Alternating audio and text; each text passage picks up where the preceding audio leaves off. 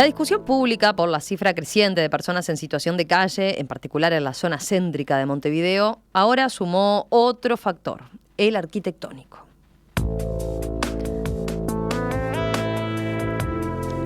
En octubre, Facundo, un hombre de 30 años, tropezó y cayó sobre pinchos colocados frente a un edificio en el cruce de las calles Durazno y Gutiérrez Ruiz. A raíz del accidente pasó 51 días internado en el CTI hasta que falleció a mediados de noviembre. Pero el episodio tuvo repercusiones a partir de los primeros días de este mes y puso sobre la mesa el tema de la arquitectura hostil o arquitectura defensiva, es decir, los implementos como pinchos que se colocan en suelos frente a los edificios o en sus ventanas para evitar así que se acuesten personas en situación de calle.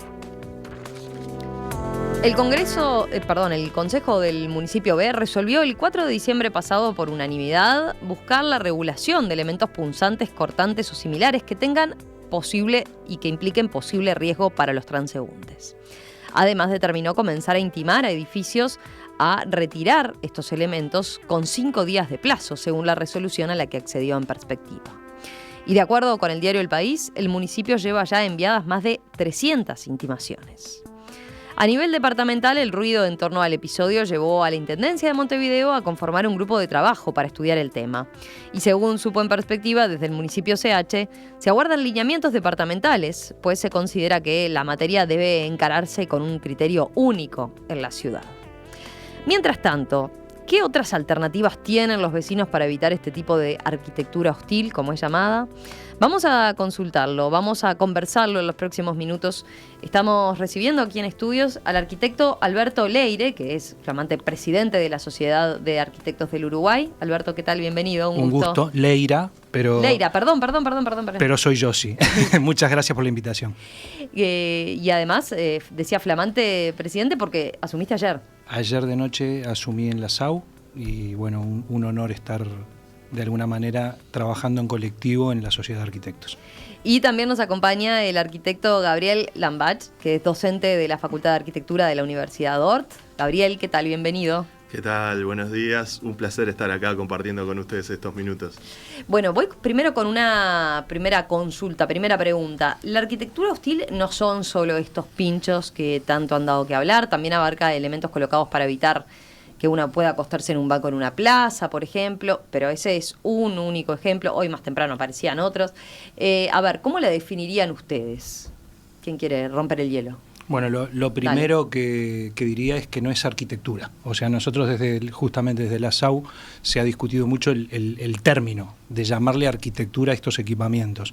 Entonces es como, de alguna manera, menospreciar a la arquitectura. Estamos sí, sin duda, uno dice, bueno, lo que queda por fuera de las viviendas o las edificaciones es todo espacio público. Uh-huh. Entonces estamos en un problema que sin duda, como decías, tiene que tener algún tipo de regulación y gestión. O sea, son espacios comunes donde se da la convivencia de las personas que tenemos que ver que sean lo más amables posibles. Antes las edificaciones tenían espacios de resguardo, por ejemplo, para el sol, para la lluvia. Hoy por hoy estamos cerrando con rejas un montón de espacios que eran para la gente un resguardo. Entonces, sin duda que tenemos que ver cómo lo reglamentamos. La hostilidad yo creo que está en la sociedad, no en estos elementos en particular, y que tenemos que apuntar en un sentido mucho más global a ver cómo convivimos y sentir. Hace poco hablábamos con un colega del tema de una campaña que se hizo en Bogotá, de civilidad se llamaba, y era sintéticamente sentir que el otro es parte de tu vida. Uh-huh. Y creo que hoy actualmente vamos a una situación en la que al otro lo ponemos por fuera como si no existiera. Y bueno, la problemática de la situación de calle es en alguna medida lo que lleva a esta situación de empezar a encerrarse. Si no podemos ir a un barrio privado, tratamos de poner rejas, cámaras, la mayor cantidad posible de seguridad, entre comillas, para aislarnos. Pero sin embargo después tenemos que salir, tenemos que convivir, y esa convivencia creo que pasa con soluciones que tienen que ser más profundas. Y bueno, le doy paso a Lambach para que hable y después yo comento una cosa más de eso. No, está muy bueno. A ver. Gabriel, hablé un poquito más cerca del micrófono. Está buena la discusión que tiene que ver en cuanto a si es arquitectura o no. A mí me pasaba el otro día de hablarlo con un colega también. De todas maneras, me parece que es más importante esa puntualización que hacía Alberto recién de que, más allá de que sea arquitectura o no, más allá de la definición estricta, hay un tema que tiene que ver con el tejido social, ¿no? y con las decisiones que se toman colectivamente, con el hecho de tener conciencia de que si tomamos decisiones, ¿no? Porque muchas veces cuando se habla con la gente es, bueno, no, lo que pasa de pinchos es algo muy agresivo, capaz que se puede poner algo que impida, pero que no corra el riesgo de lesionar a otra persona. Pero claro, en realidad cuando tomamos esas decisiones, ¿no? Que de hecho están en la base de lo que, si se puede definir a la arquitectura hostil de una manera, hay algunas definiciones que se tiran por ahí, tampoco la definición es lo más importante, ¿no? O sea, lo más importante es, estamos modificando el espacio público o semipúblico o los accesos a los... Bueno, ahí hay un punto, ¿no? Si es público, semipúblico o privado. Queda en un terreno que es dudoso, pero va para ¿no? el mismo lado. O sea, incluso con cosas que nosotros podemos tener tan naturalizadas como poner una reja en una ventana, ¿no? Que de repente hace 40 o 50 años atrás se veía como algo totalmente innecesario, ¿no?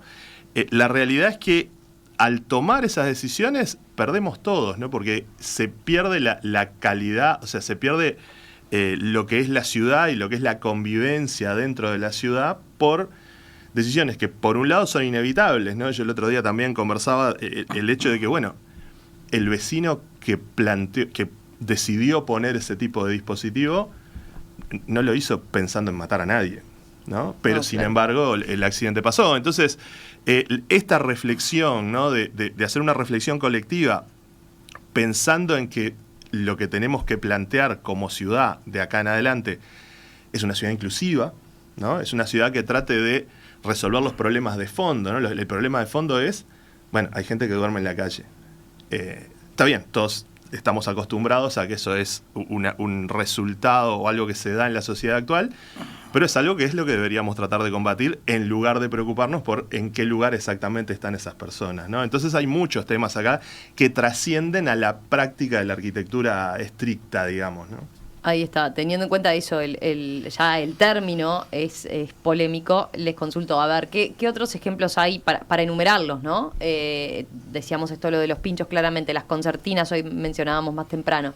¿Qué más entraría dentro de arquitectura hostil? Hoy en día se usa, por ejemplo, en algunos casos, bueno, las rejas en las ochavas, ¿no? En las ochavas.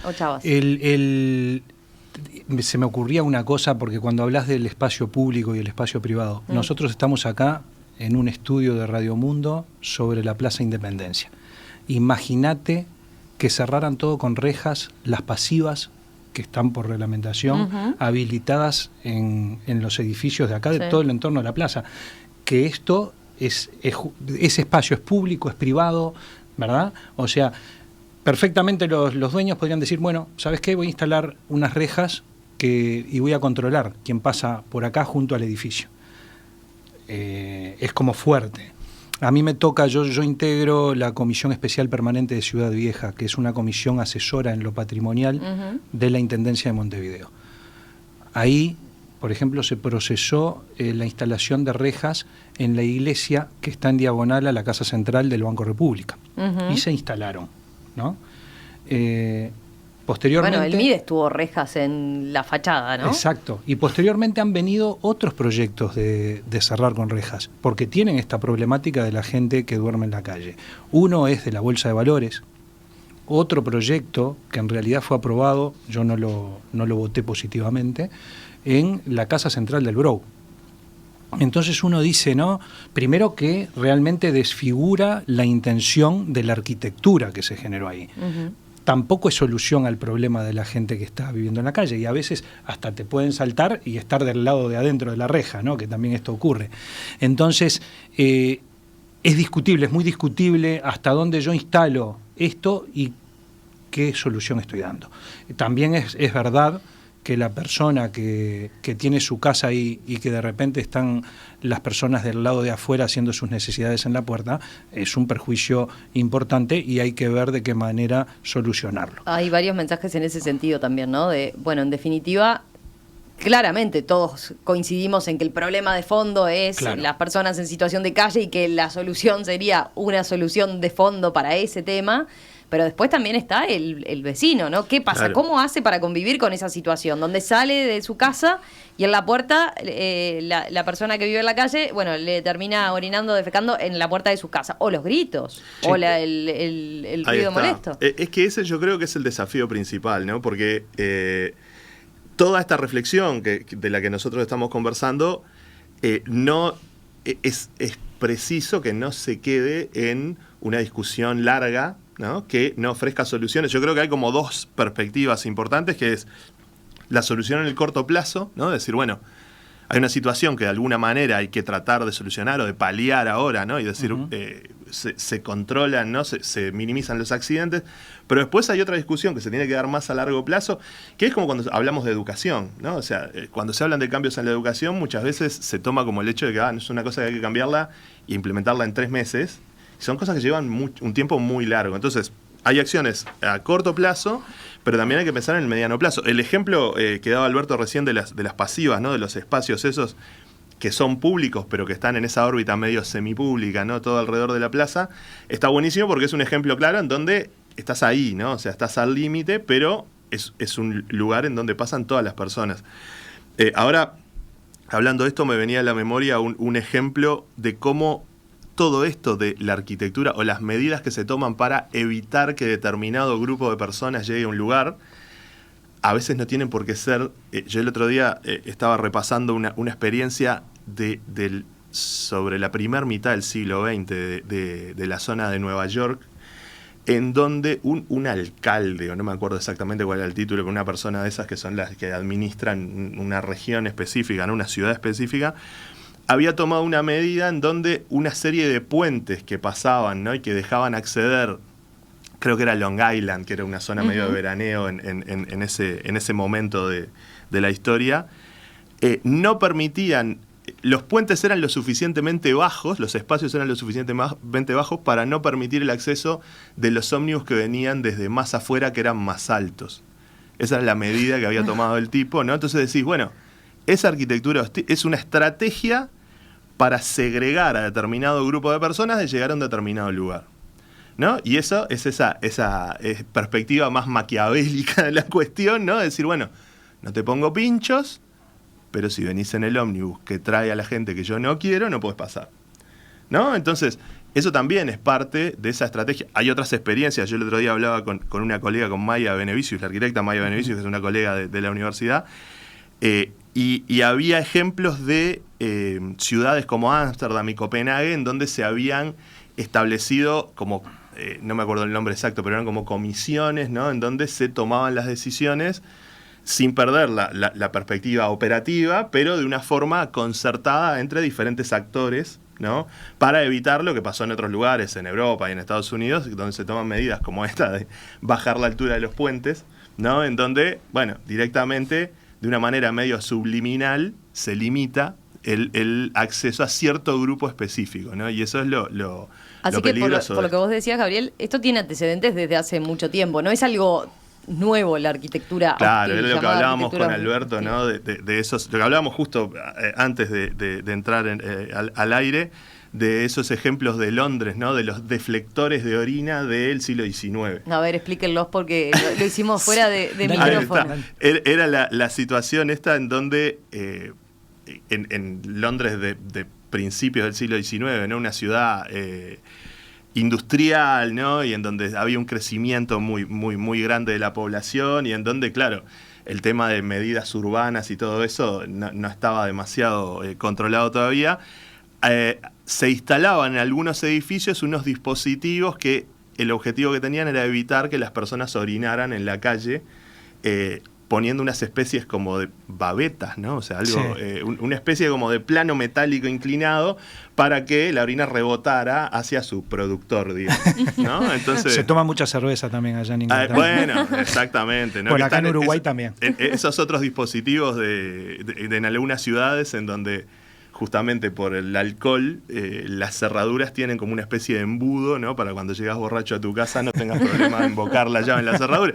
Todas esas decisiones, y claro, cuando se deja eso a la decisión del vecino, ¿no?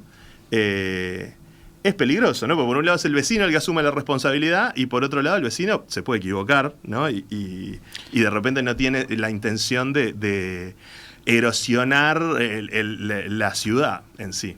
Hay temas que han ido, digamos, cambiando, mismo en Uruguay y en Montevideo en particular, que hacen que se agrave este problema de las personas en la calle, ¿no? Bueno, pero mira, por ejemplo, sí. Alberto, dicen varios oyentes, guarda, porque no solo es el tema de las personas en situación de calle. Claro. Si uno pone rejas en su casa, a veces es para que dicen, por ejemplo, si hay un centro educativo cerca, para que los chiquilines no vayan y se sienten ahí y lo agarren de sede y hacer ruido, por ejemplo, ruidos molestos, no sé, hay por muchas mencionar una. Situaciones en donde se intenta sacar de la escena a los skaters. Por ejemplo, ¿no? Diseños específicos de equipamiento urbano para que... Y eso, por suerte acá en Montevideo tenemos, no sé si los que hacen falta, pero tenemos espacios en donde los skaters pueden ir y practicar ese deporte. Se ha desarrollado en el interior. En general creo que en Uruguay el tema del espacio público, que no se entiende en forma completa, ¿no? Porque se habla del espacio público y se piensa en los parques y en las plazas. Y en realidad, como decía hoy al principio, todo lo que está por fuera de la construcción ya pasa a ser espacio público. Claro. Entonces creo que ahí hay que empezar a mirarlo un poco más, gestionarlo conjuntamente con los vecinos, escuchar a los vecinos y ver cuáles son las medidas que hay que adoptar. Lo que iba a comentar es que en esta evolución histórica, en Uruguay antes vos te tomabas una cerveza y si ibas en el camino y tenías que usar un baño, entrabas en cualquier bar y lo podías utilizar. Claro. Hoy por hoy los baños son exclusivos para clientes. Claro. Y tenemos poco equipamiento de baños públicos. Esto es un debe de la ciudad de Montevideo. En su momento se hizo, a cambio de publicidad, con la firma JCDecaux, una firma francesa, se hizo un convenio en el cual se instalaron baños en varias partes de la ciudad. Es verdad que es muy difícil mantenerlos, porque también tenemos un problema de vandalismo, hay un problema de que de repente hay una persona que se te mete adentro y se atrinchera ahí, ¿verdad? Entonces, yo lo que sí, acá por ejemplo en Ciudad Vieja tenemos uno frente al... La gente ni siquiera está muy señalizado. Frente al Ministerio de Transporte y Obras Públicas, en la Plaza Matriz hay un baño público de estos automáticos. Intenté varias veces ver si abría y nunca lo encontré de que pudiera abrir. Y tenemos otros puntualmente en otros puntos, los que yo conozco, ¿no? Que no son muchos. En Plaza Cagancha hay uno, hay otro en Parque Rodó frente al lago y otro en el Museo Blanes. Son los que yo conozco. Son baños muy lindos, con muy buen diseño, que evidentemente tienen que tener un mantenimiento, pero son escasos. Entonces, en una ciudad que, por ejemplo, hoy por hoy, ayer acá en Ciudad Vieja estaba lleno de gente, turistas paseando, que bajan de los cruceros. Esa gente tampoco tiene un baño público donde ir, ¿verdad? Entonces creo que esos equipamientos de alguna manera servirían. Experiencias en otras partes del mundo. Por ejemplo, yo he leído en Grecia ómnibus que van recorriendo la ciudad y le ofrecen a la gente que está sin hogar un lugar donde bañarse, tienen atención de asistentes sociales, hay una serie de atenciones que le pueden hacer al que está en la calle. Porque después también del otro lado la gente te opina y te dice, bueno, pero si está en la calle es porque no quiere trabajar, porque posibilidades de trabajo hay. Y yo pienso y digo siempre, ¿no? ¿Le darías trabajo a una persona que no tiene cómo vestirse, cómo higienizarse, ¿verdad? ¿A qué entrevista de trabajo podría llegar? Entonces creo que hay un plan de contención que como sociedad lo deberíamos tener y también, sin duda, un plan para dar soluciones, aunque sea parciales, normativas, que creo que la Intendencia va camino a regularlo y creo que el municipio B, de alguna manera, está en lo correcto también de hacer punta, en el buen sentido, hacer punta, ¿no? No como los elementos estos de los que estamos hablando. Mira, acá hay un mensaje de Alicia, dice, este año como a las 23:30 tomé un bus por 18 de julio. Más o menos a esa hora pasaba un camión, supongo que de la Intendencia, mojando, lavando la vereda. Sí. La gente en la calle, en especial en invierno, no puede dormir sobre piso mojado. Claro. Es algo que es cierto que la Intendencia lo tiene que hacer, pero no pensamos en esa dimensión, por ejemplo, ¿no? Fíjate que hay un ejemplo que cuando uno busca el término arquitectura hostil en la web, en internet, se encuentra con la mayoría de ejemplos negativos, ¿no? Esto que hablábamos de bancos de plazas que le ponen unos posabrazos intermedios para que la gente no se pueda acostar, pero también hay ejemplos positivos. que evidentemente no son solución al tema. Pero ¿Me aguantás un segundo? Después de la pausa hablamos de eso, de alternativas. Dale. Entonces, planteamos qué se está haciendo en otras partes del mundo, porque no es un problema exclusivamente nuestro, ¿no? Bien. Sí. Así que enseguida hablamos de eso. Hoy aquí en Perspectiva estamos volviendo sobre el tema de la denominada arquitectura hostil, que discutimos, por ejemplo, el lunes en la tertulia a raíz de este caso de este joven que se tropezó, se lastimó con pinchos colocados frente a un edificio y terminó falleciendo.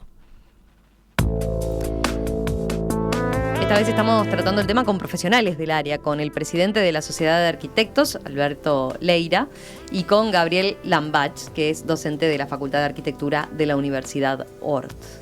Bueno, estábamos viendo qué implicaba la arquitectura hostil, cómo ha ido cambiando a lo largo del tiempo, y ahora nos quedaba hablar, entre otras cosas, de las alternativas. Pero antes les pregunto, a ver, hasta en la apariencia de la ciudad nos quedó ver, ¿no? En lo que es cómo luce la ciudad. ¿Qué implica la arquitectura hostil? ¿Cómo la ven ustedes con su ojo de arquitecto? Bueno, en principio hay muchas de estas medidas. El tema que es difícil generalizar, ¿no?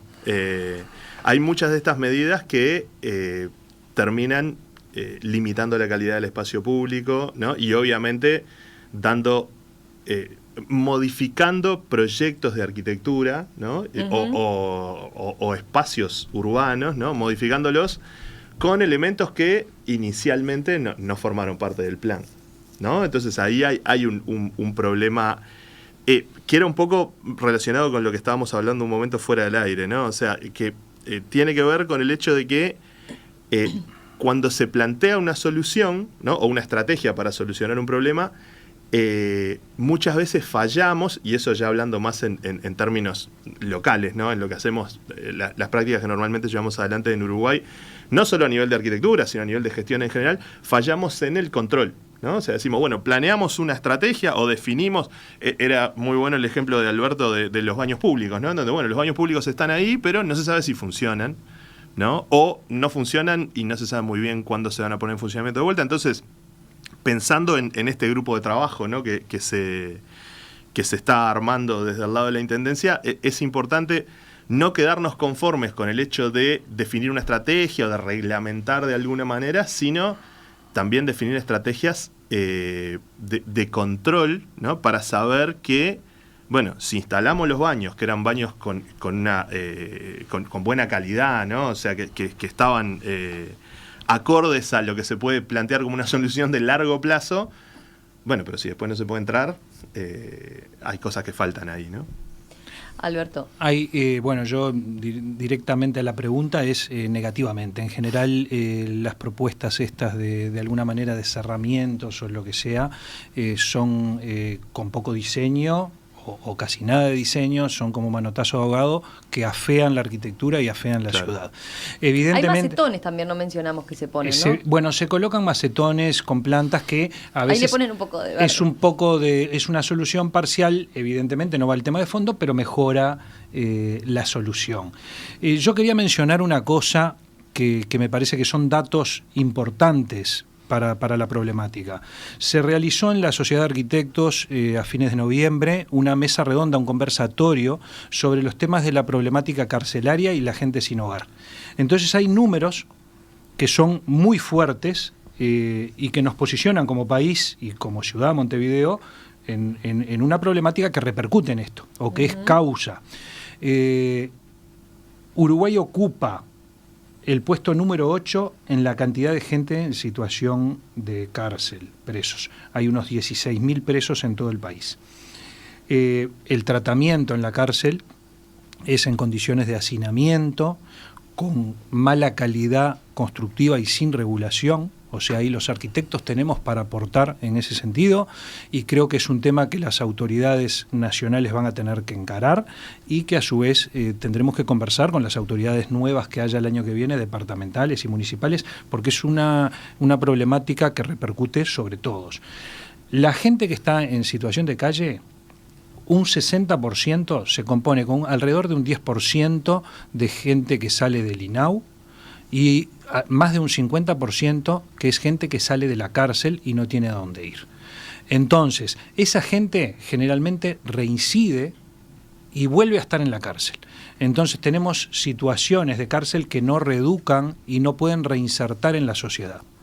Este número de gente en situación de calle, además, por los estudios que... en esta mesa redonda que hubo, participó el doctor Juan Miguel Petit, comisionado parlamentario del sistema penitenciario, el arquitecto Daniel Castro, consultor de la ONU en arquitectura de instituciones penitenciarias, y los arquitectos Gonzalo Bustillo y Leticia Moreno, que hicieron un trabajo de investigación que se llama Vivienda Primero, aportes para la innovación política en el acceso a la vivienda social para personas sin hogar en Uruguay.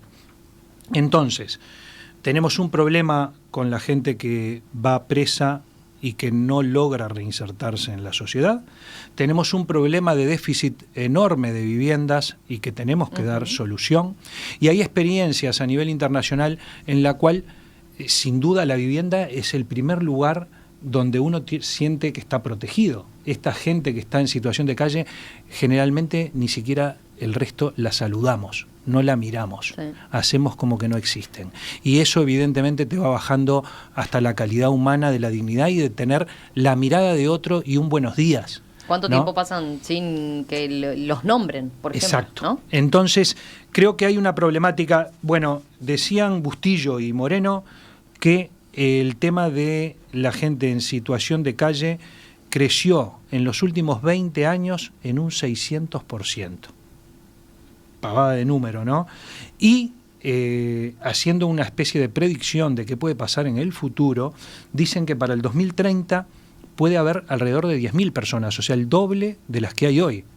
Entonces, ni que hablar que tenemos que tomar una solución. Decía el decano de la UDELAR, de la Facultad de Arquitectura, Marcelo Danza, en un debate que se hizo previo a las elecciones sobre el tema vivienda en facultad, y decía, la vivienda es nuestra cueva, es nuestra primer guarida. Entonces, evidentemente que la gente que está viviendo en la calle no tiene esa protección. Y nosotros, que no los vemos como iguales, sentimos inseguridad con la gente que está en situación de calle. Entonces, creo que por ahí, como especie humana, tenemos que empezar a repensarnos, y más allá que el tema que nos convoca es urgente, este tema de la arquitectura, mal llamado arquitectura hostil, tenemos que ver un poquito más allá y ver, las autoridades nacionales deberían tener, y esto creo que es una política que tiene que trascender lo político partidario. Cuando uno habla de políticas de Estado, el tema de vivienda es un tema que tiene que tener financiación, tenemos que estudiar soluciones, desde la SAU estamos a la orden para aportar técnicamente en ese sentido, y tenemos que lograr que no tengamos a otros uruguayos viviendo en la calle y comiendo de la basura. A mí me choca muchísimo ver el tema de que la gente está a veces de cabeza metida con las piernas hacia arriba. Yo digo que es como zambullirse, pero no para nadar, es para buscar algo para comer. Y paralelamente, en este sistema que tenemos hoy, en la sociedad en que vivimos, se tira comida para lograr que los precios sean rentables. Esto me lo hablaba con un amigo, Érico Ferreira, de Salto, que es productor hortícola, y me dice, Alberto, no tenés idea la cantidad de comida que estamos tirando. Entonces, en forma urgente, creo que podríamos lograr, además, con la colaboración de los privados también, que la gente tenga un plato de comida, lograr una solución para que se puedan higienizar y que tengan un baño, y empezar a pensar menos en qué tipo de arquitectura hostil tengo que generar para protegerme yo, protegerlos a ellos. Es que ahí está el fondo de la cuestión es ese, ¿no? O sea, es la gente que está en situación de calle, que sale de la cárcel y no se puede reinsertar, ¿no? O sea, que no hay un sistema que los vuelva a incluir de alguna forma. Y además de que, si bien hay algunas experiencias, yo obviamente no es el rubro nuestro, pero he escuchado por ahí que hay algunas experiencias de organizaciones que tratan de recircular esa comida que se descarta, ¿no? Sí, y llevarlo, no es un esfuerzo concertado, ¿no? Exacto. Entonces, ese es el combate a largo plazo, digamos, ¿no? O sea, eso es lo que hay que tratar de no perder de vista, que en definitiva...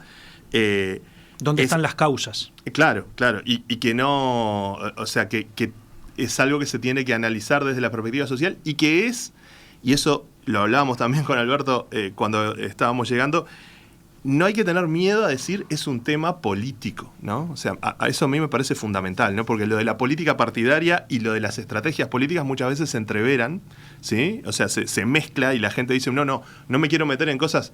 Y la política define la vida de todas las personas, ¿no? Entonces, esto es un tema esencialmente político.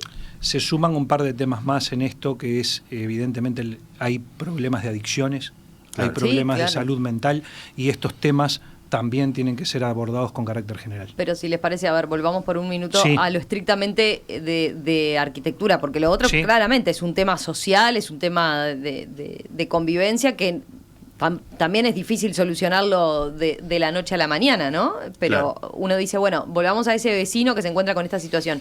A ver, en otros países, ¿qué experiencia internacional han recogido ustedes que digan, bueno, a ver, ¿cómo han abordado este tema para poder de alguna forma... Yo te quería comentar una positiva que vi a nivel internacional. En Vancouver, que es una ciudad que llueve mucho durante todo el año, hay un promedio de 164 días en el año de lluvia. Entonces, ¿qué hicieron? Hay una fundación que se llama Rain City, que lo que hizo fue transformar los bancos, que son para sentarse durante el día, en que en el periodo de lluvia o en la noche se tengan un techo. Entonces, en la espalda, digamos, del banco, tienen los datos, la gente que está sin hogar, para acudir a esta organización.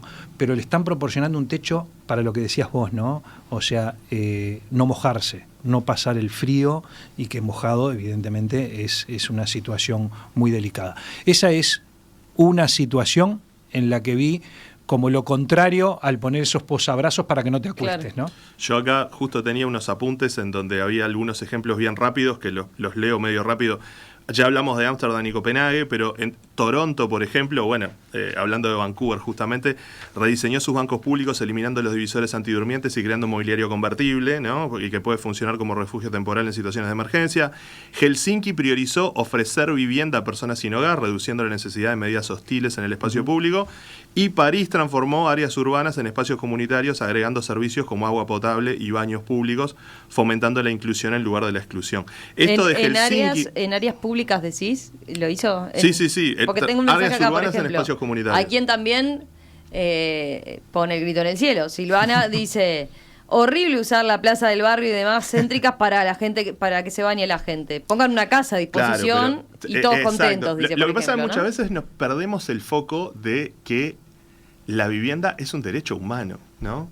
O sea, es algo en lo que estamos fallando como sociedad, en que las personas accedan a ese derecho humano, ¿no? Cuando hablamos justamente de los derechos humanos en general, en cómo, la policía tiene que tratar a la población, eso enseguida lo incorporamos, pero la vivienda es como que se transformó en un bien comercial más, que lo tenemos asumido que hay que ganárselo, ¿no? Y no que es algo que necesitas de partida para poder empezar a funcionar, digamos, ¿no? Ni que hablar... El caso de Helsinki, perdóname, Alberto, sí. El caso de Helsinki en particular se enfoca en eso, ¿no? De ofrecer vivienda a personas sin hogar. Y yo entiendo la reacción de la gente, ¿no? En eso de decir, reaccionás contra, y me hace acordar, que seguramente Alberto se acuerde también, a la situación que se dio en el dique Mauá, ¿no? En donde se propuso por una empresa privada traer una firma de arquitectura muy reconocida para hacer toda una reestructura del dique Mauá, y hubo una gente organizada de la zona, ¿no? Que salió en defensa, que seguramente con intenciones positivas, ¿no? Salió en defensa de los espacios públicos que hay ahí en la zona del dique Mauá. Pero claro, en lugar de establecerse una discusión, ¿no? y de buscar cuál era la mejor solución en ese escenario, se hicieron dos tribunas, ¿no? O sea, la gente del barrio, que quería que se fueran los privados, y los privados que, en realidad los privados medio que quedaron a la espera de qué decisión se tomaba. Y al final, ¿qué pasó? No pasó nada, siguió todo igual, el dique Mauá sigue estando inaccesible, ¿no? O sea, la gente no puede aprovechar ese espacio, y los espacios que están ahí, si bien son plazas, ¿no? Y lugares para que los niños se diviertan, tampoco es que tienen un diseño, y acá capaz que alguien se me enoja, pero tampoco es que tengan un diseño particularmente digno de ser rescatado o digno de ser mantenido, ¿no? Entonces, a veces, en ese antagonismo, ¿no? De decir, es el barrio contra los privados, se pueden perder oportunidades también, ¿no? Sí, yo en eso opino similar, de que tendemos los uruguayos a poner todo en blanco y negro, claro. Peñarol Nacional, izquierda-derecha. Enseguida tomamos un bando. Cuando entramos en esa discusión nos perdemos todos los matices que puede haber. En esto que decías yo concuerdo, o sea, o con Silvana que mandaba un mensaje. Sí. El tema del diseño y dónde ubico esas instalaciones, sin duda también tiene mucho que ver, y tenemos que pensarlo, y desde nuestra disciplina estamos para aportar y para discutir también, y hay que escuchar a los vecinos.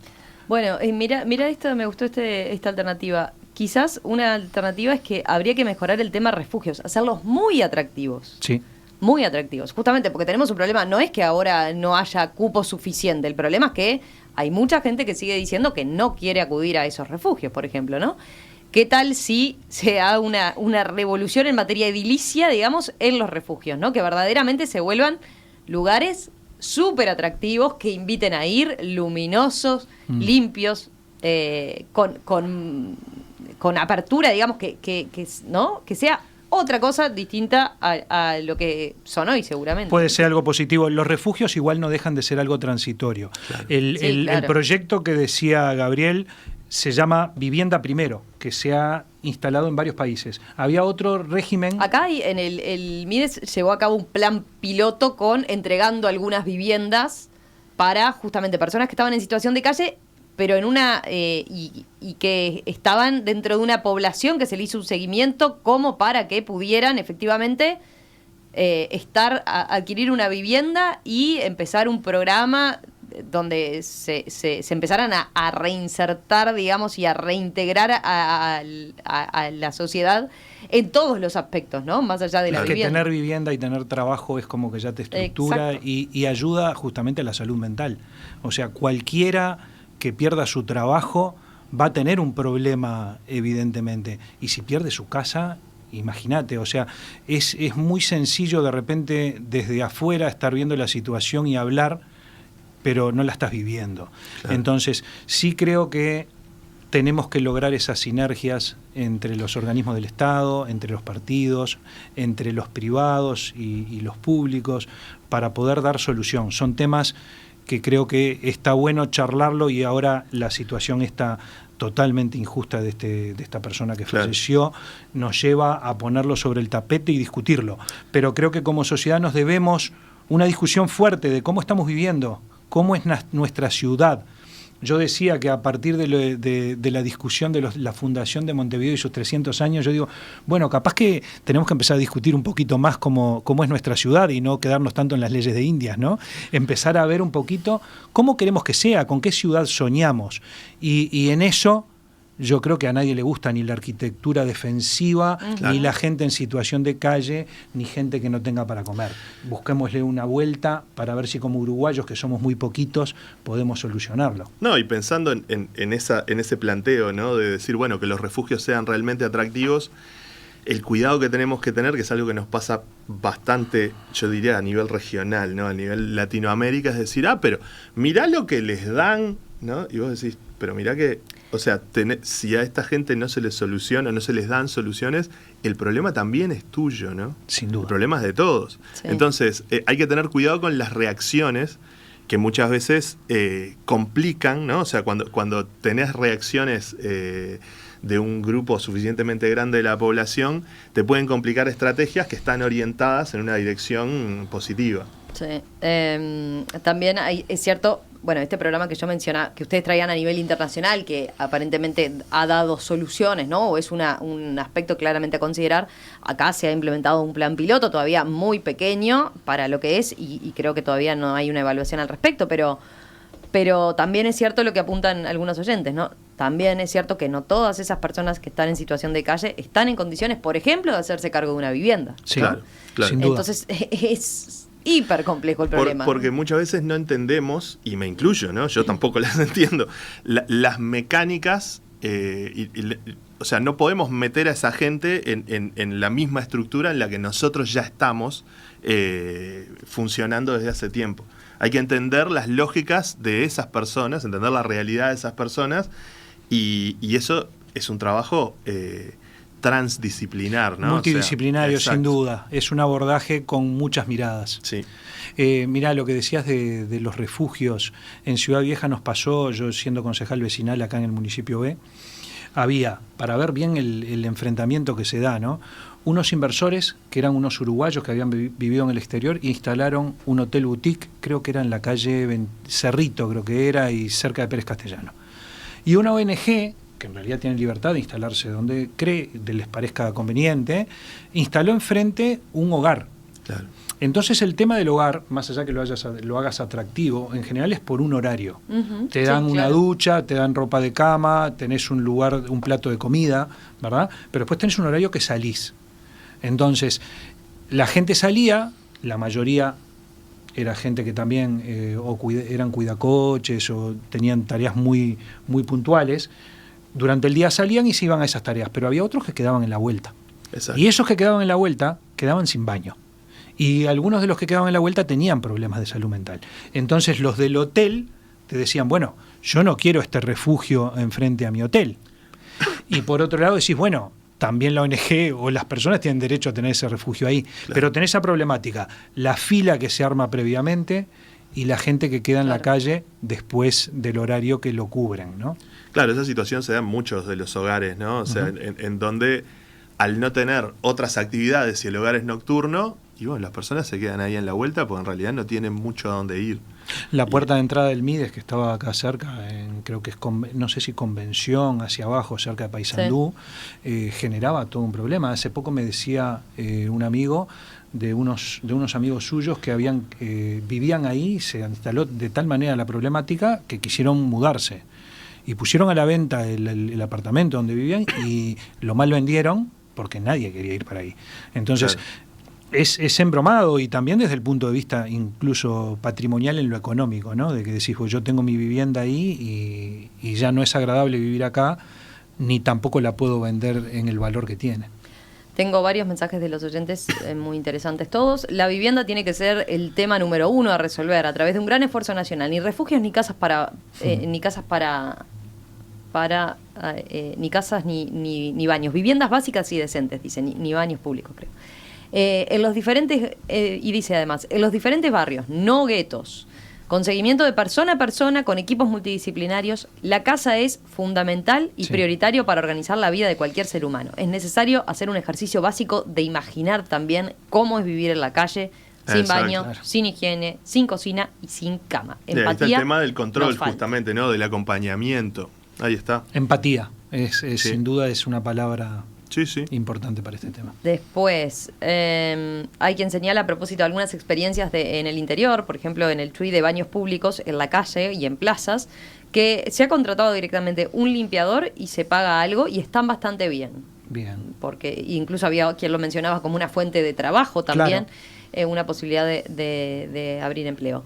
Después, quería opinar que me parece muy... esta situación que están planteando me parece muy dirigida a la situación de calle como un único punto a considerar. Pero creo que en los barrios periféricos, Villa Colón, por ejemplo, hay muchos otros aspectos hostiles no vinculados a ellos. Por ejemplo, calles sin cordones y desagües, animales sueltos, arbolado que rompe veredas, veredas diseñadas por cada vecino, etcétera, etcétera, etcétera. Ahí capaz que tenemos tema para... otra mesa, entonces. Otro tipo de arquitectura hostil. ¿Sabés que una cosa que yo realmente me choca y no sé por qué surgió así la ley? Pero el tema de las veredas, las sendas peatonales, yo hablando mucho con un hijo mío que se dedicó a la educación física y me decía él, ¿no? El ser humano es un animal genéticamente que está diseñado para caminar. Y nosotros nos hemos transformado en seres sedentarios y que andamos en el auto, en la moto, en el ómnibus, pero no caminamos. Y las sendas peatonales, y esto es un problema general de todo el Uruguay, de las intendencias, reglamentariamente están previstas que son de responsabilidad del vecino. Entonces los proyectos en general hacen calle para el automóvil, iluminación para el automóvil, pero no hacemos veredas para la gente. Entonces, sin duda que tenemos que hacer, para mí habría que cambiar la legislación, la vereda debería ser responsabilidad del Estado, para que la gente camine en forma segura. Los autos invaden las veredas. Mencionaba el ejemplo de las veredas como también ejemplo de arquitectura hostil, claramente. Es que si no está, estás... y hoy, sí, hoy no competimos o está rota. Bueno, pero hoy tenemos el riesgo que hasta que no pase que se lleven a un chiquilín puesto con una moto de los repartidores, que es realmente, eso es súper hostil y agresivo. Hoy vemos que las motos circulan por arriba de las veredas, nadie hace nada. Entonces, tenemos que tener las veredas, tenemos que regular, tenemos que fiscalizar, la hostilidad está en la sociedad, tenemos que ver de qué manera convivimos más armoniosamente. No, y el tema de los animales sueltos, ¿no? O sea, que de repente muchos de nosotros no interactuamos demasiado con esas situaciones y nos imaginamos que son perritos y gatitos, ¿no? Y claro, uno cuando anda por otros barrios, seguro. A mí me ha pasado en Malvin Norte, por ejemplo, de ver, no un caballo, tropillas, ¿no? O sea, que andan por ahí y que pasan por la calle, ¿no? Entonces, son situaciones que afortunadamente creo que no pasan demasiados accidentes, pero son situaciones que capaz que nos parecen lejanas, pero están mucho más cerca de lo que mucha gente se puede imaginar. Gabriel Lambach, arquitecto docente de la Facultad de Arquitectura de la Universidad Ort. Alberto Leira, arquitecto, presidente de la Sociedad de Arquitectos del Uruguay. Muchas gracias a los dos, ha sido un placer y los volvemos a convocar en cualquier momento para seguir pensando en estas cosas. Estamos a las órdenes para charlar. Gracias a ustedes, un gusto.